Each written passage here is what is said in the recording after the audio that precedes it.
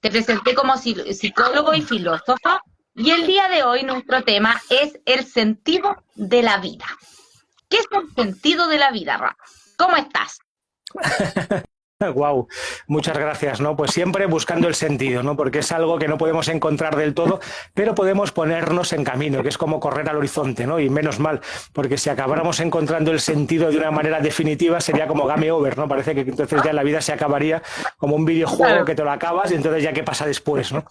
Para mí el sentido sería algo que está a medio camino entre una pregunta existencial, digamos, filosófica y una pregunta psicológica que todos tenemos que resolver, todos tenemos que dar algún tipo de respuesta a la pregunta de cuál es el sentido de nuestra vida. Yo la manera, desde una perspectiva filosófica, que es lo que más me gusta, no tanto pensar dentro de la caja, sino plantearme el marco de la forma más general y amplia posible, yo lo llamo esto pensar la caja en vez de pensar dentro de la caja. Para mí el sentido, hasta donde yo soy capaz de explicarlo, sería la forma en que una parte encaja armónicamente dentro de una totalidad mayor. Por ejemplo, una nota musical dentro de una melodía. Cuando la nota está armónicamente insertada en su melodía, se convierte en belleza y adquiere y encuentra su sentido. Si esa misma nota, la misma materia, el mismo sonido está fuera de la melodía, pip, sería un pitido absurdo que no significa nada, que pierde su sentido. De la misma manera, una pieza dentro del puzzle sería también la forma en que esa pieza encuentra su sentido.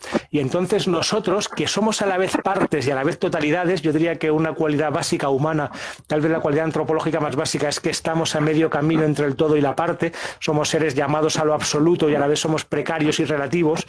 Entonces sería encontrar como parte cuál es el absoluto en el que yo quiero integrarme, cuál es la totalidad en la que yo quiero integrarme, cuál es la canción que quiero cantar siendo yo en este caso la nota, porque no podemos solo ser o solo estar, sino que como humanos estamos siempre haciendo algo o al servicio de algo. Entonces se trata de plantearse seriamente y conscientemente al servicio de qué me puedo poner, algo que sea mayor que yo mismo para que precisamente dé sentido a mi vida. Y las respuestas habituales suelen ser una familia, por ejemplo. No es que la familia sea la única fuente de encontrar sentido, ya que hay muchas trampas, pero sería una manera de ponerme al servicio de algo y sentir que mi vida vale para otra cosa, que no me sobro, ¿no? Sino es como que me sobro a mí mismo. Una obra de algún tipo, una obra filosófica o científica o social. Alguien puede intentar simplemente querer ayudar a los demás. O simplemente desde la pregunta relativamente sencilla de formular y casi imposible de responder, ¿qué es aquello que yo puedo hacer por los demás, por los otros? ¿Cómo puedo yo entregarme de alguna manera a los demás, de la forma en la que sea, ¿no? Si yo me hiciera seriamente esta pregunta, ¿cómo ponerme al servicio de los demás? Probablemente encontraría la forma de dar sentido a mi vida, ¿no? Algo así. Genial, me encanta eso de la nota musical, claro, porque a veces cuando no estamos en nuestro sentido o en nuestro entorno, Uh -huh. desentonamos, nos suena bien, así se podría Ajá, decir. Por eso me encantó esa comparación que perfecto. hiciste. Eh, ¿Cómo podríamos nosotros enfocar, por ejemplo, el tema, ya, el sentido de la vida con el somos uno? Claro, qué interesante, ¿no? Sería casi otra forma de decirlo. Para mí, todas las cosas realmente importantes de la vida, lo que he llamado antes totalidades, son, en otro lenguaje, los fines en sí mismo, que todos son uno. Las cosas que realmente merecen la pena en la vida, lo que da sentido a nuestra vida. Para empezar, todo es gratis, porque no son medios, no son partes, sino fines en sí mismo, totalidades en sí mismas. ¿Cuáles son estas cosas? Pues la amistad, por ejemplo, la verdad, la bondad, la belleza, el amor, la justicia. Y estos son fines en sí mismos. Hablar de fines y de medios para mí sería un subtipo, otra forma de hablar de la totalidad y las partes. Hay de hecho incluso una ciencia filosófica que se llama mereología, del griego merios parte, que estudia precisamente esto, la relación dialéctica entre el todo y las partes, siendo los medios y los fines un tipo de relación dialéctica. Entonces, todos estos medios, todos estos fines son en realidad uno, porque no se puede tener belleza si no se tiene bondad, o no se puede tener bondad sin tener verdad, no se puede tener verdad sin tener justicia, sin tener amor. Todo está relacionado y además todos son fines porque no se puede comerciar con ellos, no se pueden utilizar para otra cosa, como si fueran meros medios o instrumentos. De hecho, si se quiere instrumentalizar los fines en sí mismos, se convierten en el veneno, justo en lo contrario de lo que deberían de ser. Yo no puedo comprar y vender amor, porque sería lo contrario al amor. No puedo comprar y vender justicia, porque sería lo contrario a la justicia. O comprar o vender la verdad, sería lo contrario a la verdad. y esto es lo que en el fondo daría sentido a nuestra vida, ¿no? Otra manera de decir exactamente lo mismo que decíamos en la primera pregunta, cómo encontrar al servicio de nuestra vida, sería unificándonos, poniéndonos unitariamente en todas las facetas de nuestro ser al servicio de esa unidad que incluye todos los fines en sí mismos, porque todos son el mismo. Si yo me pongo al servicio del amor, me estoy poniendo al servicio de la bondad. Si me pongo al servicio de la bondad, me estoy poniendo al servicio de la belleza, de la justicia, del sentido, de la amistad. Todo es una misma unidad, diferentes caras y aspectos indisociables de la misma cosa que sería, por llamarlo así, el fin en sí mismo o el fin último. En una metáfora teísta, porque todos son metáforas, todo lenguaje es metafórico, podríamos decir que es la realidad última. Podemos llamarlo el sí mismo profundo, el universo, Dios, en el contexto o en el tipo de lenguaje que cada uno le guste más. Alguien que crea en Dios sería esta sencilla pregunta: ¿qué hago yo para ponerme al servicio de Dios, ¿no? Esto sería una manera de encontrar el sentido en la vida. Al que no le guste este tipo de abordaje, pues que diga, ¿cómo me pongo al servicio de lo importante, de lo verdadero, de lo auténtico? ¿Cómo me pongo al servicio del sí mismo profundo, o del universo, o de la realidad? ¿No? Para mí eso serían otras formas de nombrar exactamente lo mismo, ¿no? Desde otros juegos de metáforas diferentes. ¿Cómo puede saber una persona si está haciéndolo bien, si está viviendo al servicio? Sentirse bien, ejemplos. Claro, yo creo que esto es una cosa de la que me he ido convenciendo en mi práctica psicológica, yo creo que estamos hechos para hacerlo bien, para estar al servicio de la unidad, como tú decías antes, o para engarzarnos como esa nota musical dentro de su melodía y buscar el sentido. Y cuando no lo hacemos, tenemos síntomas. Normalmente sufrimos o lo pasamos mal. Detrás de muchos síntomas psicopatológicos, podríamos decir sobre todo en los ámbitos de la neurosis, en las psicopatologías más habituales, suele haber aspectos en los que yo mismo estoy tergiversando un poco la realidad, ya sea mi propia realidad interna o el mundo externo, para intentar ajustar las cosas a una visión parcial, ¿no? Tomando la parte por el todo, en vez de ponerme realmente al servicio de la totalidad. Entonces, muchas veces en terapia o en una última fase de la terapia hay que hacer una revisión ética y moral muy profunda sobre si yo realmente estoy haciendo en la vida lo que quiero y lo que tengo que hacer. Yo creo que no vale, a lo mejor esto suena un poco moralista decirlo así hoy en día, pero yo creo que no vale una vida en la que una persona, un ser humano se ponga conscientemente al servicio de hacer algo que no está bien, que no es verdadero, bueno, bello, como decíamos antes, que no está al servicio del uno, porque eso te lleva a la desconexión de tu alma y de tu corazón, te lleva a desconectarte de ti mismo y a convertirte como en un psicópata. Por eso, detrás de la mayoría de patologías hay cierto grado de narcisismo, que sería esto en psicología, yo creo que está muy aceptado en casi todas las escuelas, que sería, ¿qué es el narcisismo? Pues esa forma de ponerme al servicio de mí mismo y de mi propia imagen, poner el todo de mi parte, en vez de ponerme yo como parte al servicio del todo. Entonces, digamos que para mí, a lo mejor un poco ingenuamente, luego esto sería todo mucho más complejo, pero bueno, una primera aproximación, la curación emocional, el crecimiento psicológico y espiritual coincidiría con esa búsqueda de los fines últimos y de los fines verdaderos, ¿no? La persona integrada y armonizada tiene que ser también buena persona, ¿no? Entonces, si alguien está sufriendo sin saber por qué, pues es posible que hay algún aspecto en el que se esté haciendo trampas, sobre todo con sufrimientos neuróticos, que son sufrimientos siempre paradójicos y que tienen un sabor particular, porque yo también puedo sufrir por la vida, pero eso no sería un sufrimiento psicológico, suspendo un examen, tengo que vivir un duelo, me deja mi pareja, esos serían sufrimientos normales de la vida, pero el sufrimiento psicológico es diferente, es algo que yo no sé por qué me pasa, pero me pasa, y aquí habría que hacer una revisión vital, y no es algo consciente, ojo, no es que uno conscientemente esté haciéndolo mal, que a veces sí puede ser así, sino que normalmente lo hago mal inconscientemente, por ese exceso de narcisismo que decíamos antes. Por exceso de narcisismo, por no tener la capacidad de ver dentro de uno mismo, o sea, no conectarse con el todo, o sea, no verse como parte de todo, podría yo interpretarlo así. Sí, perfecto. Bueno, sería poner el centro, había puesto en el centro. Vivir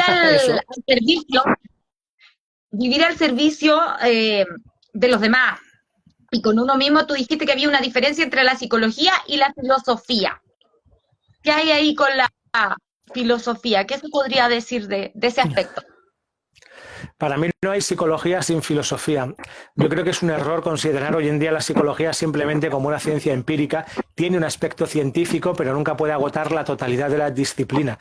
Porque para intentar empezar a saber qué es la psique, tenemos que plantearnos qué es lo humano. Y para saber qué es lo humano tenemos que hacerlo desde una cosmovisión o desde un punto de vista. Y ahí estamos ya, en cierta manera, construyendo el objeto de estudio, que en el caso de la psicología además es un sujeto, por lo cual se complica un montón. Ni siquiera estamos seguros de que podamos llegar a saber qué es lo que somos psicológicamente hablando, porque estamos siempre, una vez más, en esa paradoja y en esa ambivalencia de que somos un sujeto intentando saber qué es el sujeto. Y eso tal vez no sea posible, ¿no? Porque lo que estamos intentando entender es a nosotros mismos, ¿no? Y no podemos entenderlo, como te decía antes, si no partimos de una idea de mundo, de una cosmovisión, cómo creo yo que funciona la realidad, y esto hay muchas alternativas, porque hoy en día parece que solamente haya una alternativa posible, que sería el materialismo cientificista, cuando realmente esta es una opción entre otras y que, como todas las grandes cosmovisiones, está llena de problemáticas y de anomalías. Y más bien ese mecanicismo y ese materialismo imperante hoy académicamente es algo que yo creo que desde la nueva física, desde la epistemología y desde un montón de disciplinas sabemos que no es exactamente así, que está lleno de problemáticas. Luego, la realidad no sabemos lo que es, entonces tampoco sabemos lo que es el ser humano y tampoco sabemos lo que es la psique. No podemos tener una psicología que no se haga preguntas filosóficas. A mí hay una frase que yo digo mucho, se puede aplicar lo mismo que se dice en política, ¿no? Que de la política no tenemos dónde escondernos, porque no querer tener opinión política, ser apolítico es ya una posición política. Pues igualmente, de la filosofía no tenemos dónde escondernos, porque siempre que hacemos cualquier reflexión lo hacemos desde un posicionamiento filosófico. Lo que ocurre es que normalmente ese posicionamiento es inconsciente. Yo no me doy cuenta que estoy ya imbuido y metido dentro de un sistema de creencias, de vigencias de época, que poco a poco han ido constituyendo lo que soy, y es desde ahí desde donde estoy pensando. Y entonces ya estoy pensando sesgadamente. Para mí no se puede separar psicología de filosofía. Siempre tienen que ir juntos, y la filosofía además tendrá una mirada más amplia. Lo cual no quiere decir que no tenga la psicología también un aspecto científico, por supuesto, ¿no? Pero solamente será un aspecto, no puede agotar todo el contenido. Si ves que me enrollo mucho o que me voy demasiado de una manera así filosófica o epistemológica, córtame y hazme preguntas más concretas y vamos así más específicamente, ¿no? Estoy aprendiendo, ¿no? Me encanta escucharte, yo estoy fascinada. Mira, pregunta que te quiero hacer. Esta frase es muy conocida. Conócete a ti mismo. ¿Cómo partir Eso es. para personas que recién están iniciándose? ¿Cómo partimos Eso es. conociendo? Justo todo. Todo se va hilando, ¿no? Lo que estamos diciendo, ¿no? El conócete a ti mismo, que bueno, hay varias versiones del origen de esta frase. La más aceptada es que viene del frontispicio, del oráculo de Delfos, ¿no? Que decía el noscete ipsum o noscete auton en griego, que conócete a ti mismo y conocerás el universo y a los dioses, ¿no? Es la frase, otra de las formulaciones completas. Porque cuando uno se conoce a sí mismo, nos damos cuenta de que, al ser una parte, como decíamos antes, encajada en una totalidad, nos desdibujamos como parte y somos ya la totalidad completa. Entonces, si yo me conozco a mí mismo, conozco el universo y a los dioses. En otro lenguaje se podría decir que dentro de nosotros habita la totalidad, las cosas no están separadas.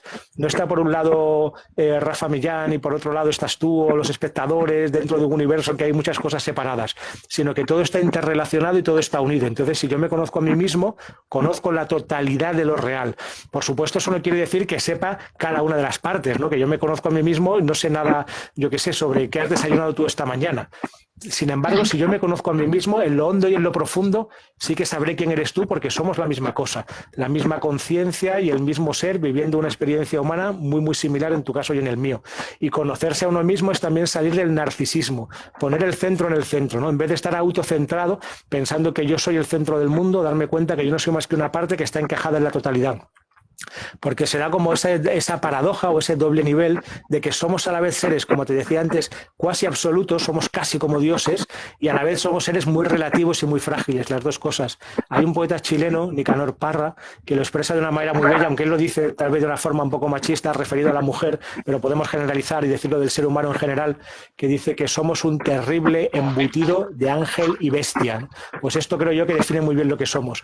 Somos un terrible embutido de ángel y bestia, ¿no? Cada ser humano es casi teomorfo, es casi un ángel que apunta a lo divino. De hecho, la dignidad humana es infinita, cada conciencia humana vale lo que vale el universo, y a la vez somos como una bestia, ¿no? Como un ser plenamente animal, lleno de instintos y pulsiones destructivas, y en esa tensión continua entre el bien y el mal, el ángel y la bestia, entre el todo y la parte, que son diferentes formas de decir lo mismo, nos estamos siempre moviendo, ¿no? La divinidad en nosotros. Eso. Eso es la divinidad en nosotros. También hay un hadiz, en el sufismo hay un dicho que dice que Dios habita bueno, está en todas las místicas, ¿eh? Dios habita en el corazón del ser humano. Y es más, en el mumín, que se podría traducir como el ser humano sincero. Si somos realmente sinceros, descubriremos que el fondo de nosotros mismos trasciende nuestra propia experiencia individual, como dice toda la psicología transpersonal, va más allá de mi experiencia personal para convertirse en algo más grande. Y si seguimos mirando, al final estamos conectados con la divinidad. Todos los místicos de todas las tradiciones están de acuerdo en esto. Puede que le pongan diferentes nombres. Y un taoísta hablará del Tao, un budista hablará de la experiencia del sunyata, del vacío, de la vacuidad. Un sufí hablará de la fusión con la divinidad en la que ya no hay un yo, sino solamente existe Dios. Pero se están refiriendo, cuando empezamos a ver cómo es esa experiencia que cada uno habla, a la misma experiencia. Luego, en el fondo sería... Es como en el juego del Tetris, ¿no? Cuando esa parte que somos encaja perfectamente, es como que desaparece y solo queda la totalidad. Pero claro, esa totalidad, yo ya no estoy ahí como individuo o como sujeto. Hay una imagen de Rumi, Jalaluddin Rumi, ¿no? El gran poeta sufí, muy potente, que dice que el alma es como una polilla enamorada del brillo de la llama, ¿no? Del calor y el brillo de la llama de la vela, y entonces se dirige hacia ella hasta que se quema en la llama y ya no hay polilla, sino solo llama. O en otra metáfora tal vez más conocida, la ola es el mar, ¿no? Una ola tiene una cierta individualidad, pero a la vez la ola es la totalidad del mar. No hay un momento en que podamos separar dónde acaba la ola y empieza el mar, o dónde acaba la gota y empieza el océano, ¿no? La polilla es la llama y la ola es el mar. Y cada uno de nosotros es un aspecto o un gesto o una parte de una totalidad insondable en la que estamos siempre metidos. Y esto ocurre hasta en física, ¿eh? En física no hay objetos separados unos de otros, todo es el mismo proceso. Desde la relatividad de Einstein a la física cuántica. Somos fractales de un todo, así. Somos puras partes pequeñas de un todo que pertenecemos. Y si nosotros nos reconocemos a nosotros mismos y nos conocemos, podemos encontrar dónde es como un rompecabezas. Así lo veo yo, me lo imagino yo. Yo digo, el universo es un rompecabezas donde nosotros somos las distintas partes. Nos mandaron acá a la Tierra y nos tiraron, cuando yo le muestro a mi hijo, ya, armen el rompecabezas, y se los tiras encima de la mesa para desarmar. Aquí está pasando lo mismo. Y llega un momento en que cada persona tiene que encontrar cuál es su rol, dónde va a estar su parte, y ahí va a quedar el rompecabezas armadito, bonito. Se supone que eso vendría siendo nuestro universo. Así lo podría explicar yo. Me gustaría que tocaras el tema que yo te preguntaba del sufismo, que a mí me llamaba mucho la atención y que yo en mi ignorancia no conocía mucho el tema. Me gustaría que hicieras mención al tema. Vale, vale, uy, que me ha encantado, la metáfora que has dicho. De hecho te la robo, la de como echarle así como el puzzle al niño y luego hay que irlo reconstruyendo. Eso sería justo la dialéctica del todo y de las partes. Hay que tener una visión de conjunto de cómo es el puzzle para dar sentido a cada una de las partes y que vayan encajando en una totalidad cada vez mayor, ¿no? Yo creo que funciona justamente así. También uno de mis hijos decía, cuando tenía 6 años, no había cumplido todavía 6 años, pero casi, me dijo, yo creo que en realidad somos como el videojuego de Dios. Me quedé así, ¿cómo que quieres decir? Es decir, que cada uno de nosotros es Dios jugando un videojuego y entonces Dios está jugando a todas las partidas a la vez. Esto lo reflexionó así tal cual mi hijo, yo me quedé feo. Ostras, qué buena metáfora. Pues sí, puede ser algo así perfectamente. Imagínate, qué mejor manera, si yo fuese Dios, yo diría, me quiero conocer en mi totalidad. Eso, y voy a crear un juego donde van a haber muchas partes, y todas esas partes oscuras que yo no logro ver, tienen que ver con esas partes oscuras que no conozco de mí, y me las colocan como una persona. Entonces se supone que por eso las personas son como un espejo y cuesta tanto, porque aquí nos identificamos. Al final viene a ser muy bonito el ir encontrándole el sentido a la vida. Yo he vivido este último tiempo una pila de crisis y problemas, términos de relaciones, cosas, y yo decía, y hacía esta metáfora, yo decía, yo soy parte del todo, por algo está pasando, cada vez me estoy conociendo más. Controla tu ego, decía yo, no te identifiquís con nada, velo como un todo. Asimismo, los podría invitar a todos que vayan trabajando en sí mismos, porque yo creo que esa es la manera de sanar, vernos a través del reflejo de las personas que nos rodean. Así lo veo. Wow, perfectamente, absolutamente de acuerdo. Mira, como me preguntas sobre el sufismo, hay un hadith, también hay un dicho en el sufismo que es de mis favoritos, en el que en teoría es un hadith Qudsi, en el que en teoría está hablando el absoluto en primera persona, y dice justo lo que tú has dicho. Yo era un tesoro escondido o un tesoro oculto y desee o amé ser conocido, ¿no? Ese es como el motivo por el que se genera toda la creación, ¿no? Como si Dios dentro de sí mismo, la totalidad de los reales, se hace un hueco de sí dentro de sí, se desdobla de sí mismo para poderse conocer como en un espejo que es el corazón humano, ¿no? Entonces hay otro hadith que dice justamente esta misma idea, que es yo soy el secreto con un sentido de lo más oculto, lo más profundo, lo más íntimo, lo más hondo. Yo soy el secreto del ser humano y el ser humano es mi secreto, ¿no? Hay como un espejo en que, ¿no?, las dos cosas se reflejan, porque es lo que Acá tú dices. estamos en el salón de los espejos. Así Eso es, lo eso escucho es, yo, el salón de los espejos, donde estás viendo todos tus reflejos así. Por eso es malo eso es. apuntar a los otros. Yo estos últimos días he andado peleando yo he peleado mucho con mi reflejo y después digo, no, tú has hecho eso, ya para. Y es como que ahora estoy sentada calladita, así, no, mejor no digo nada, observando. Yo creo que la mejor manera de sanar es observar. Callar, aprender a callar y a observar a los demás y aprender de esa observación. Y la más importante, la autoobservación. Ya, no Amén, te amén, interrumpí totalmente de un poco, acuerdo. sí, te No, interrumpí. interrúmpeme todo lo que quieras porque me encanta escucharte, ya sea, y aprendemos juntos. Hay otra metáfora muy parecida al Salón de los Espejos que a mí me gusta, que es el móvil del palacio de Indra, ¿no? El dios hindú Indra, que tiene un móvil, un colgante, que consiste en un montón de perlas perfectas, ¿no?, que están colgadas unas al lado de otras, de tal manera que cada perla refleja todas las demás perlas, ¿no? En cada perla, como están hechas como de espejo, se refleja la totalidad del móvil, ¿no? Es como que cada perla es una de nuestras almas, ¿no? Que hay una individualidad, pero el universo entero, ¿no?, está contenido, ¿no? El móvil de Indra representa como ese universo total, ¿no? Y sí, es justo así. Estamos aquí para espejarnos unos en otros y de esa manera conocernos, ¿no?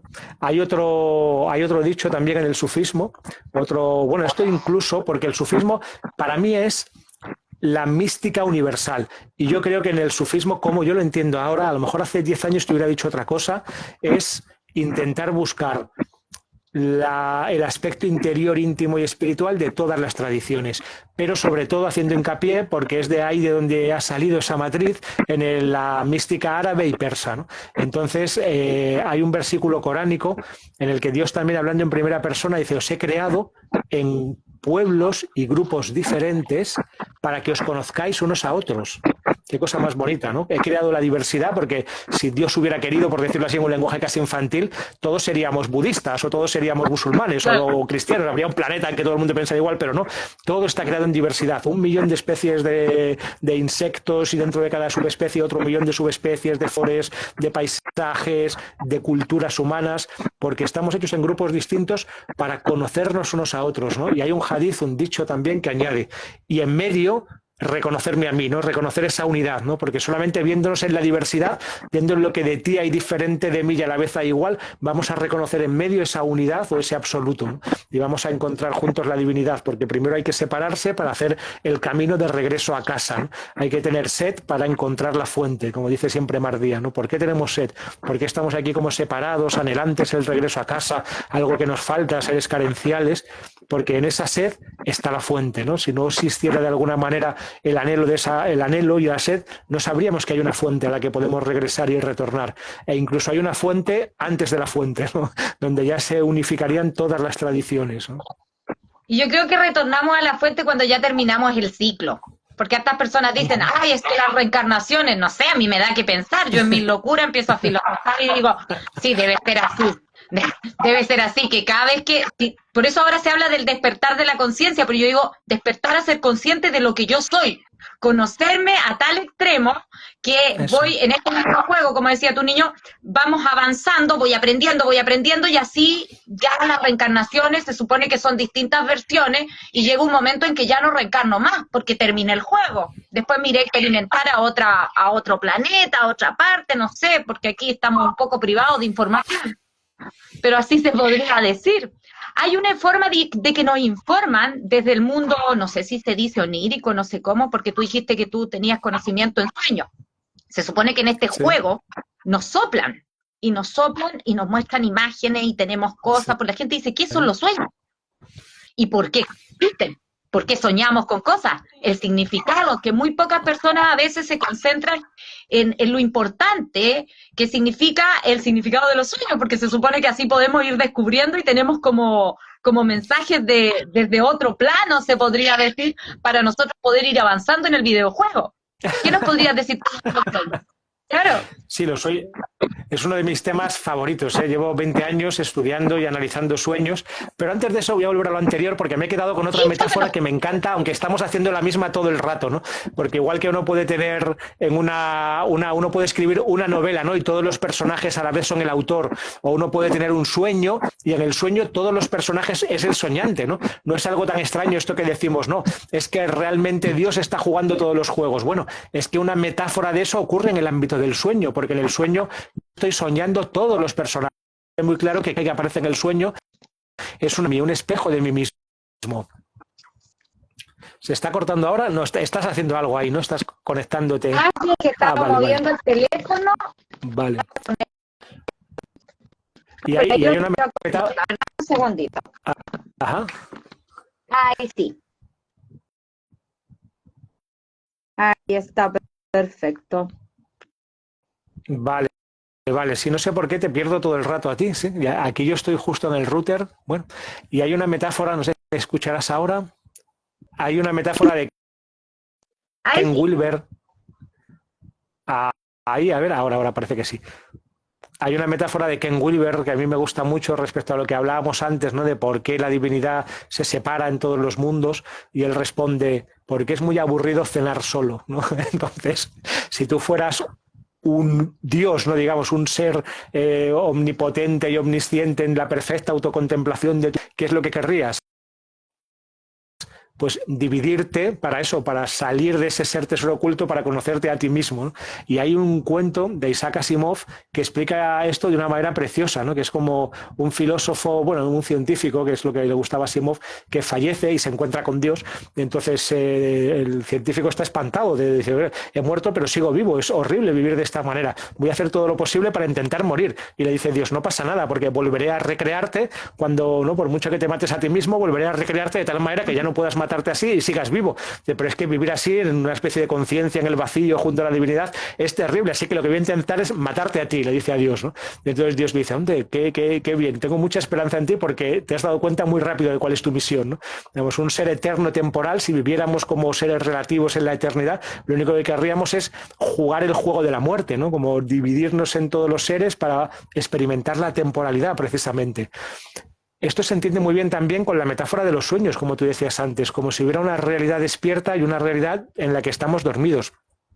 El sueño es una metáfora en la que se puede ver muy claro cómo funciona este mecanismo del que estamos hablando, porque ahí somos como dueños y señores del ámbito onírico y estamos creando como desde la nada todo un universo lleno de sentido, igual que este ser que es, o esta divinidad o este universo es capaz de crear todos los juegos, ¿no? Por eso metáforas como la del despertar para alcanzar algo, no sé cómo llamarlo, cierto grado de iluminación espiritual, pues me gustan mucho, porque realmente es así, es algo parecido a despertar y darse cuenta que la idea de que yo soy un ser independiente e individual, Rafa Millán, peleándose en un mundo y muy identificado con mi ego, en el fondo nunca fue del todo real, fue algo ilusorio, de la misma manera que el sueño es un poco ilusorio al despertar.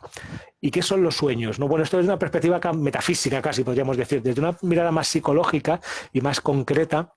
Los sueños son los mismos mecanismos creativos que actúan en el inconsciente, en gran parte los mecanismos del lenguaje, dejados a sí mismos sin el control de la consciencia. Por eso los sueños están todo el tiempo hablándonos y están además hablando de la misma manera que habla el lenguaje, a través de símbolos, metáforas y figuras lingüísticas, como si fuera el lenguaje, sobre todo metáfora y metonimia, pero también pueden hacer hipérboles, sinécdoques, cualquier figura literaria puede aparecer en un sueño y de esa manera se comunica. Además, el sueño es un proceso normalmente muy primario, entonces utiliza metáforas a través de imágenes concretas, no hace pensamiento abstracto.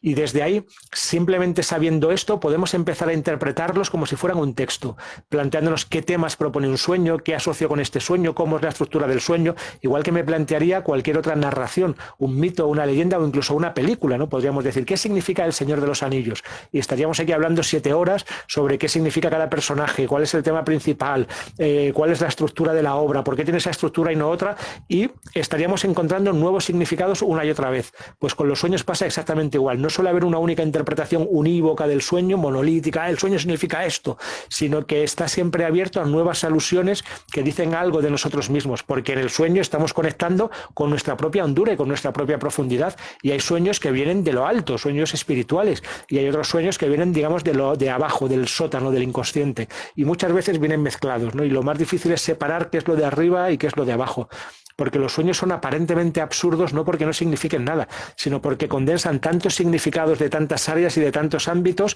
que nos desbordan. Es tan significativo que en una primera aproximación no sabemos qué hacer con ellos. Es como si vinieran codificados, pero se puede y se debe descodificar. Dice el Talmud que un sueño sin interpretar es como una carta sin abrir. Y yo añadiría que además una carta enviada por el remitente más importante que hay, que somos nosotros mismos. Entonces yo animo a todo el mundo a que busque información, que hoy en día hay mucha, sobre cómo interpretar los sueños, porque eso le va a dar una guía, como tú decías, muy clara, y un camino para conocerse mejor a sí mismo, porque el sueño siempre dice la verdad y suele decir la verdad más honda de nosotros mismos, la que nunca queremos escuchar, suele aparecer una y otra vez machaconamente en los sueños. Me callo para dejarte hablar a ti, es que si no me lío y ya no acabo nunca. Mira, te puedo preguntar, pero es que no sé si es una tontera preguntar esto, pero hace 3 días soñé que yo tengo una gata, la Titi aparecía en mi sueño, aparecía otra casa, y aparecía la Titi con alas. Mi gata tenía alas. Y eran con alas. Rosadas. Alas. Wow. Y lo miraba muy claro, y a mí me llamaba mucho la atención, y después veía otro animal que era como un hurón, que lo busqué, así se llamaba, y yo decía, ¿qué significa eso? Yo decía, no, y no pude entender porque gato con alas, y eran unas alas hermosas, de un color muy similar a esta tapa, no sé, no es rosado, como, yo decía, qué extraño, y tengo la imagen del gato aquí, pegada, sí. Me llamó mucho la atención, yo dije, a lo mejor es ridículo que pregunte esto, pero ¿dónde podré encontrar información? Porque me llamó mucho la atención.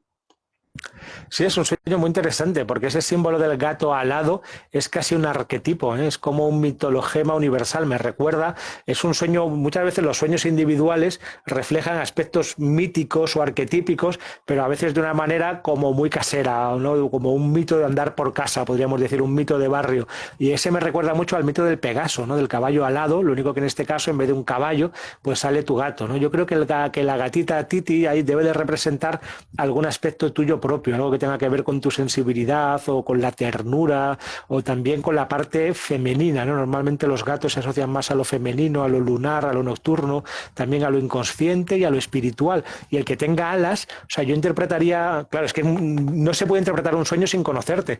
Decía Artemidoro de Taldis, uno de los grandes intérpretes griegos, que había que pasar 24 horas, un día entero hablando con la persona para empezar a pensar si interpretar o no su sueño, ¿no? Pero bueno, yo ahí diría que ese símbolo es un símbolo que integra 2 elementos, ¿no? Un animal de tierra con las alas, que sería un animal celeste. Entonces está hablando de la integración entre lo psicológico y lo espiritual.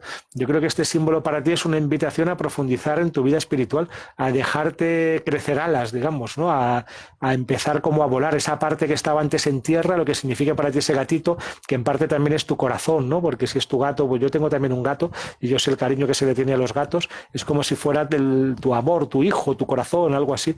Entonces que parezca alado implica que es como también el símbolo del corazón alado, ¿no? Que es muy habitual en todas las culturas. Implica como que ya puedes... Eso. Me hace mucho sentido lo que me estás diciendo. El hurón, bueno, pueden ser aspectos instintivos o aspectos pulsionales que todavía están por ahí. Claro, siempre van a estar, ¿eh? Porque nunca llegamos a una iluminación definitiva o a una vida espiritual definitiva. Este es un sueño que normalmente eso es un mecanismo de defensa o una forma de escapismo. Hay personas que están todo el día fantaseando como que un día pasará algo en medio de una meditación o tomarán una sustancia o de repente a través de una gracia mágicamente llegarán como una iluminación definitiva en que ya todo estará bien, nunca pasará nada, no habrá nada que hacer, ellos ya lo sabrán todo. Claro, pero esto no es así, hay que estar siempre en trabajo porque siempre está el hurón. A mí aquí me gusta recordar una cosa que decía San Pablo en una de las cartas, no recuerdo en cuál, que decía que Dios le había dejado clavado el aguijón de la carne, ¿no? Se llama en hebreo el sar, pero no en griego, no está escrito. Como eso, como una parte, eso puede ser incluso que él tenía a lo mejor deseos carnales tal vez, y entonces Dios le había dejado eso para que no se flipara y no se creyera un gran santo, porque de vez en cuando el pobre San Pablo pues tendría deseos sexuales o deseos egoístas, ¿no? Ah, ya se está yendo otra vez. Madre mía, qué